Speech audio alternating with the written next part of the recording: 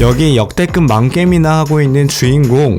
이 가상현실 게임 실현의 탑은 게임이 출시된 후 제작사를 농락하는 게 취미인 한국의 고인물들이 이 게임을 정복하기 위해 달라붙었죠. 먹는 것도 자는 것도 포기한 채 1년 365일 계속 게임만 했고, 하지만 3년이 지났을 무렵 사람들은 깨달았죠. 실현의 탑은 클리어가 불가능한 게임이라는 사실을 말이죠. 특히 여기 무적에 가까운 게이트 가디언, 1시간 만에 얼어 죽는 영하 60도의 극지방, 그리고 1만 킬로가 훌쩍 넘는 미군까지, 이건 단지 재미를 위한 것이 아니라 이들에겐 고문용이었죠. 극악의 난이도에 도전하는 극소수의 고인물들이긴 했지만 게임은 거의 망해버렸습니다. 하지만 바로 이곳에 실현의 탑을 최초로 클리어한 인물, 남들과는 달리 그저 게임이 재미있었고 남들과는 다르게 참신한 방법으로 탑을 공략하고 모든 것을 외워버릴 정도로 반복하고 또 반복한 끝에 얻는 성취감이 주인공의 도파민을 맥스로 만들어버렸죠. 그 도파민은 무려 11년이라는 시간을 바칠 정도의 재미였습니다. 그렇게 마지막 전까지 클리어하게 된 주인공, 그러더니 게임 시스템 문구가 뜨더니 지금까지 이용해주셔서 감사하다며 업데이트가 12시간 뒤에 이루어질 예정이라고 하는데요. 이미 게임은 망해버려서 유저도 없었기에 수익성이라곤 없을 거라 생각하여 업데이트에 의구심을 품는 주인공이었죠. 하지만 게임을 클리어한 이상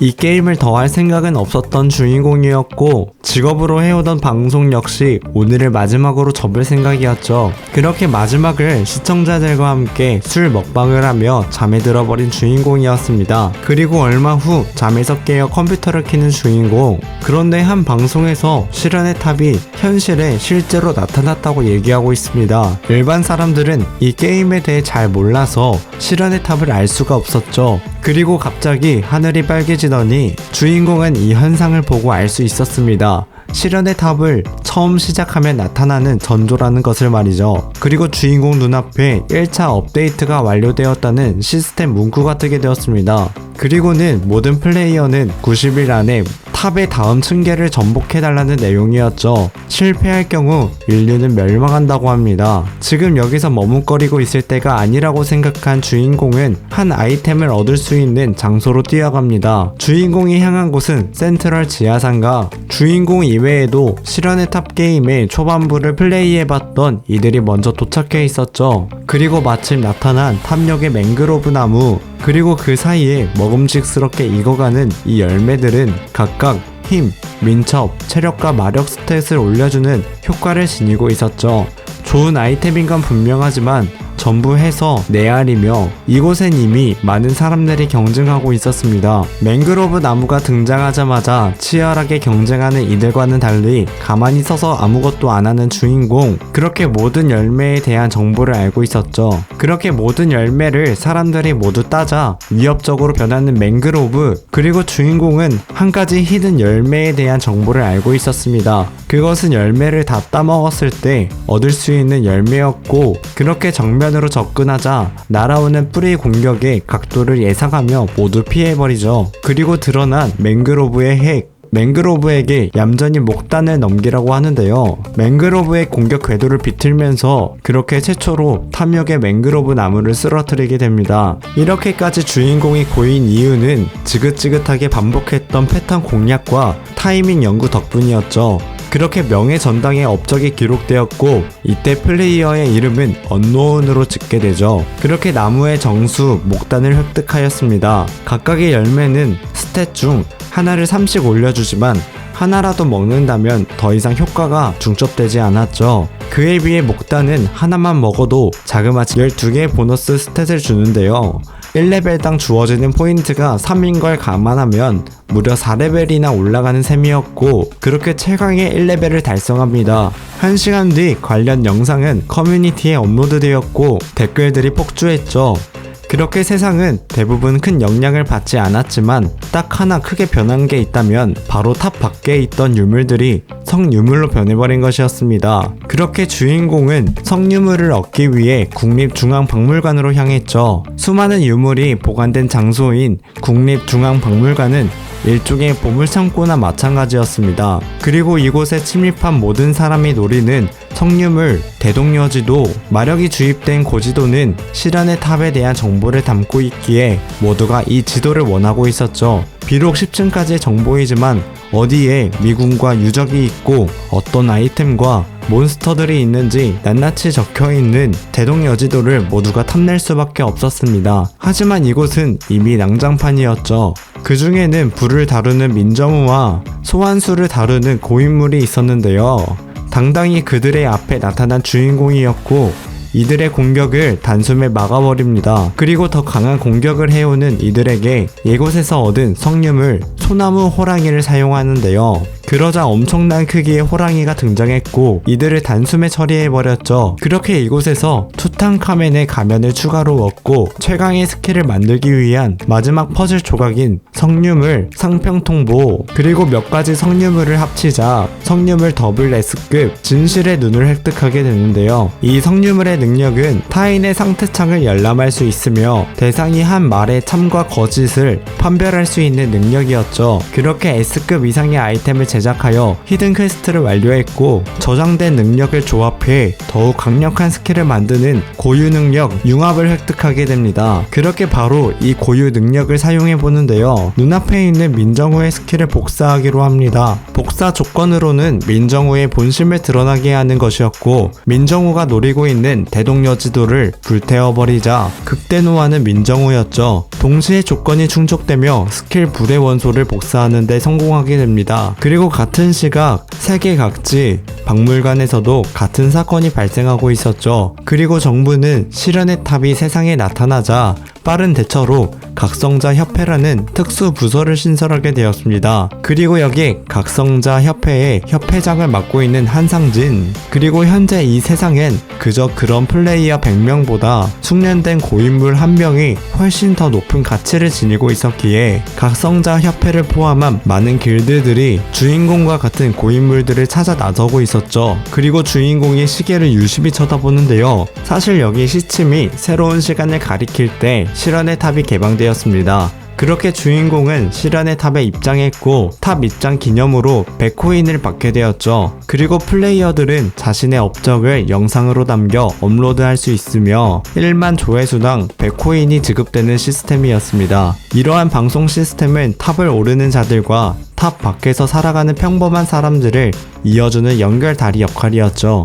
그렇게 이들은 빠른 공략으로 유명해지는 것을 목표로 했기에 정신없이 공략을 하려 하는데요. 한편 여기 주인공은 남들과는 다른 조금 특별한 길을 걷습니다. 주인공의 실현의 탑 게임을 하던 탑의 30층 초반을 공략하고 있었을 당시 더 이상 진행이 불가능했던 때가 있었습니다. 한때 다음 층에 올라가기 위해 아래층을 뒤져 히든 피스를 모으기도 하고 지나온 길을 일일이 되새김질하기도 했죠. 결국 그 정답을 한 유적에서 찾을 수 있었습니다. 그리고 비로소 깨닫게 되죠. 주인공의 캐릭터로는 처음부터 잘못되었다는 것을 말이죠. 많게라는 것을 깨닫게 되며 고민도 안 하고 캐릭터 삭제를 하게 되죠. 처음부터 게임을 다시 시작하는 주인공이었고 그게 벌써 6년 전의 일이었죠. 그리고 여기 주인공은 아직 남들이 모르는 미궁으로 들어왔습니다. 예전 감각, 익숙한 풍경이었죠. 그리고 여기 주인공을 따라온 플레이어들, 열쇠도 없이 문을 연 주인공을 본 이들은 난이도가 그리 높지 않다고 생각하여 따라오게 된 것이었죠. 그러자 갑자기 미궁 전체가 흔들리며 모두 위치가 바뀌게 됐는데요. 1레벨인 이들에겐 너무나도 위험한 순간이었죠. 그렇게 길을 잃어 모두가 혼수에 빠지게 됩니다. 갑자기 나타난 미노타우루스, 그리고 주인공이 미노타우루스에게 향했고 레벨 차이가 극심한 강자와의 전투에서 차이를 좁혀주며 반대로 약자와의 전투에선 더더욱 격차를 벌려주는 스탯 간극을 획득하게 됩니다. 일부러 이 괴물을 죽이지 않고 공격을 회피하며 간극 스탯을 쌓았죠. 치명적인 공격을 매우 아슬아슬하게 회피하면 얻을 수 있는 스탯이었습니다. 그렇게 주인공은 이곳에서 한 달 동안 간극 스탯을 쌓겠다고 하는데요. 그리고 그 전에 거래소를 통해 몇 가지 재료들과 로또 강화서를 구매합니다. 그리고 구매한 재료들을 조합하는데요. 그러자 10분 동안 행운을 최대치로 끌어올려주는 아이템을 얻게 됩니다. 그렇게 여기 극악의 확률을 자랑하는 로또 강화서 성공 확률이 100%로 바뀌게 되며 가지고 있던 단검을 모두 사용하더니 최대치인 10번의 광활을 모두 성공시키며 한국 서버 최초로 10강 아이템을 만드는 데 성공하게 됩니다. 그렇게 미궁 생활 열흘째 이들은 버섯과 이끼를 먹으며 버텨냈죠. 그리고 여기 바카나를 통해 교감 스킬을 복사하는 데 성공하게 됩니다. 그리고 다시 나타난 미노타우로스, 계속 자극시키며 주인공이 기다리던 광폭화를 시전하는 미노타우로스였죠. 공격을 맞받아치고는 결국 미노타우로스를 처리하는 데 성공하게 됩니다. 그리고는 고인물 컴퍼니에 인턴 사원을 모집하겠다는 주인공, 반강제적으로 바카나를 인턴이자 노예로 만들어버립니다. 그렇게 말도 안 되는 계약 조건을 어기지 못하게 절대 복종하는 염혼의 낙인을 찍어버리죠. 그리고 주인공은 2년 전 시련의 탑에서 같이 게임을 하던 고인물들과 첫 정모를 하게 되었고, 그동안 일어난 일들을 전해드릴 수 있게 되었으며, 이들과 함께 각성자 테스트를 받으러 각성자 협회로 향하게 됩니다. F급 이하의 판정을 받은 플레이어들은 2층으로 갈 수 있는 자격조차 박탈당하게 되었죠. 하지만 반대로 높은 판정을 받으면 그 즉시 국가와 상위 길드의 러브콜이 쇄도하기도 했죠. 앞에 배치된 마정석을 타격했을 때 나타나는 잠재력으로 테스트를 하는데요. 그리고는 마정석을 통째로 베어버리며 단숨에 S급을 찍어버리는 주인공 강진혁이었습니다. 주인공은 1층에 단 하나만 존재하는 유적, 11년 전 시련의 탑이 처음 출시되었던 때나, 그리고 시련의 탑이 현실로 나타난 지금까지 아직 그 누구도 공략하지 못했다고 알려진 금역, 타락한 자들의 회랑으로 향합니다. 짐꾼으로 위장하여 유적에 입장하게 되는데요. 그리고 여기 최초로 탑을 정복한 자를 위한 특전이 도착하게 됩니다. 행운 스택과 적응형 능력치가 각각 10만큼 증가하였고, 긴박한 상황에서도 평정심을 유지할 수 있는 스킬과 최종 보상을 나누지 않고 혼자서만 취할 수 있는 독식 스킬을 얻게 되죠. 그렇게 등급을 숨긴 주인공은 선발대를 뒤로 짐꾼으로서 걷고 있었는데요. 그곳에서 우연히 세계 랭킹 100위 안에 드는 성녀 테레사를 마주하게 됩니다. 그렇게 테레사와 유적을 돌아다니며 잡몸들을 처리해 나갔는데요.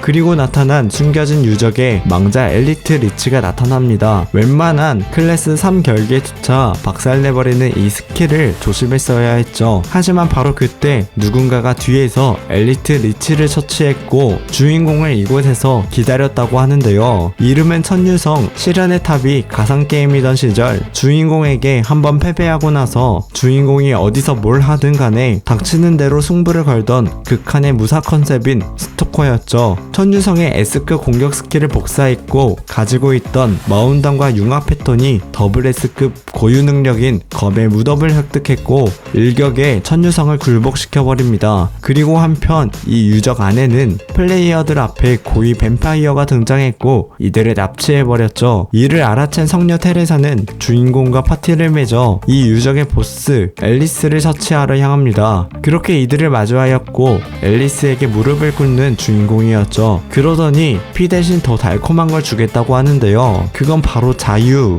하지만 주인공의 말을 듣지 않는 앨리스였죠. 앨리스의 공격을 막아주는 테레사. 하지만 바로 그때 성녀 테레사의 뒤를 급습하는 주인공. 그렇게 주인공의 말을 앨리스에게 증명하며 신뢰를 얻게 되죠. 그리고 앨리스를 가두고 있는 결계를 풀기 위해 몇 가지를 준비하는데요. 그건 바로 7성급의 영혼 이전 기술, 대상의 승인을 얻을 경우 한 개의 영혼을 데리고 나갈 수 있는 능력이었습니다. 처음 보는 주문을 덥석 승낙하는 것도 내키진 않았지만 이곳에 너무나 오래 갇혀있던 앨리스였죠. 그렇게 브라함의 반지가 앨리스의 영혼을 흡수하게 됩니다. 그리고 여기 성녀 테레사는 별의 가호를 받아 다시 부활하게 되었죠. 그렇게 주인공은 유적에서 나와 많은 이들에게 관심을 받게 됩니다. 그리고 집에 돌아와 반지 속에 있는 앨리스를 길들이기 시작하는데요. 반지에서 나오자 몸이 작아졌습니다. 그렇게 주인공은 남들이 모르는 사냥터에 향하게 되죠. 이곳은 달의 호수, 시련의 탑에서 가장 아름다운 경관으로 유명한 곳이었죠. 잔잔한 달의 호수를 장식하고 있는 12개의 조각상, 그리고 그중 또 다른 목적을 가지고 있는 조각상이 있었는데요. 여기 작은 홈을 이용해 빛이 들어오는 양과 각도를 조절했더니 지하로 가는 문이 열리게 되었습니다. 그렇게 심연 속에서 끊임없이 몬스터들을 처리하며 폭풍 레벨업을 하는 주인공이었죠. 그리고 지하 1층으로 향하는데요. 이곳에서 아누비스를 만나게 됩니다. 세 가지 질문에 질문에 대답하기만 하면 발동하는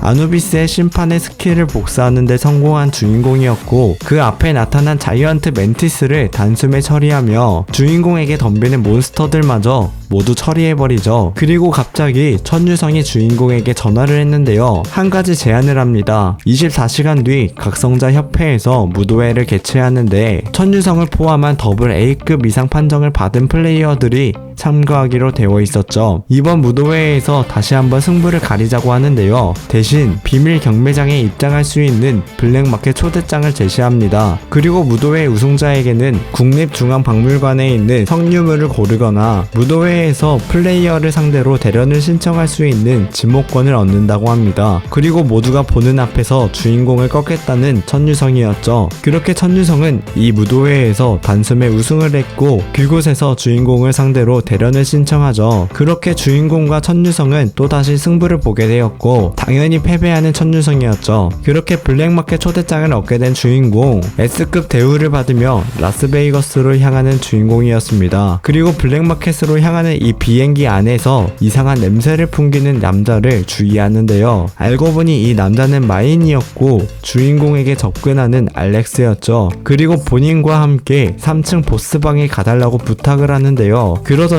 죽을 병에 걸려도 심장이 박살나도 치료할 수 있다는 전설의 물약 엘릭서를 제시합니다. 하지만 주인공은 알렉스가 제안한 계약을 받아들이지 않았죠. 그러더니 엘릭서만 대놓고 가져가더니 알렉스의 성질을 긁어버리죠. 그 사이에 라스베이거스에 도착한 주인공, 그리고 가지고 있던 스킬인 진실의 눈과 혈마개를 융합하여 트리플 S급 탐식의 눈을 획득하게 됩니다. 그러고는 사설 도박장 토투가로 향합니다. 그리고 이곳에서 탐식의 눈을 활용하여 각종 게임에서 이기며 큰 돈을 벌게 되었죠. 그리고 주인공을 의심하는 이들을 단숨에 제압합니다. 그리고 곧바로 경매장으로 향했죠. 이곳에서 만난 율리우스 캐드릭, 그 뒤에는 알렉스도 있었습니다. 캐드릭 또한 마인이었고, 그렇게 간단한 인사를 마치자 블랙마켓 경매가 시작되었는데요. 하지만 주인공이 구매하려던 아이템을 캐드릭이 더 높은 립첼가를 불러 아이템을 모두 가져가 버렸습니다. 그리고 등장한 최초의 체스판,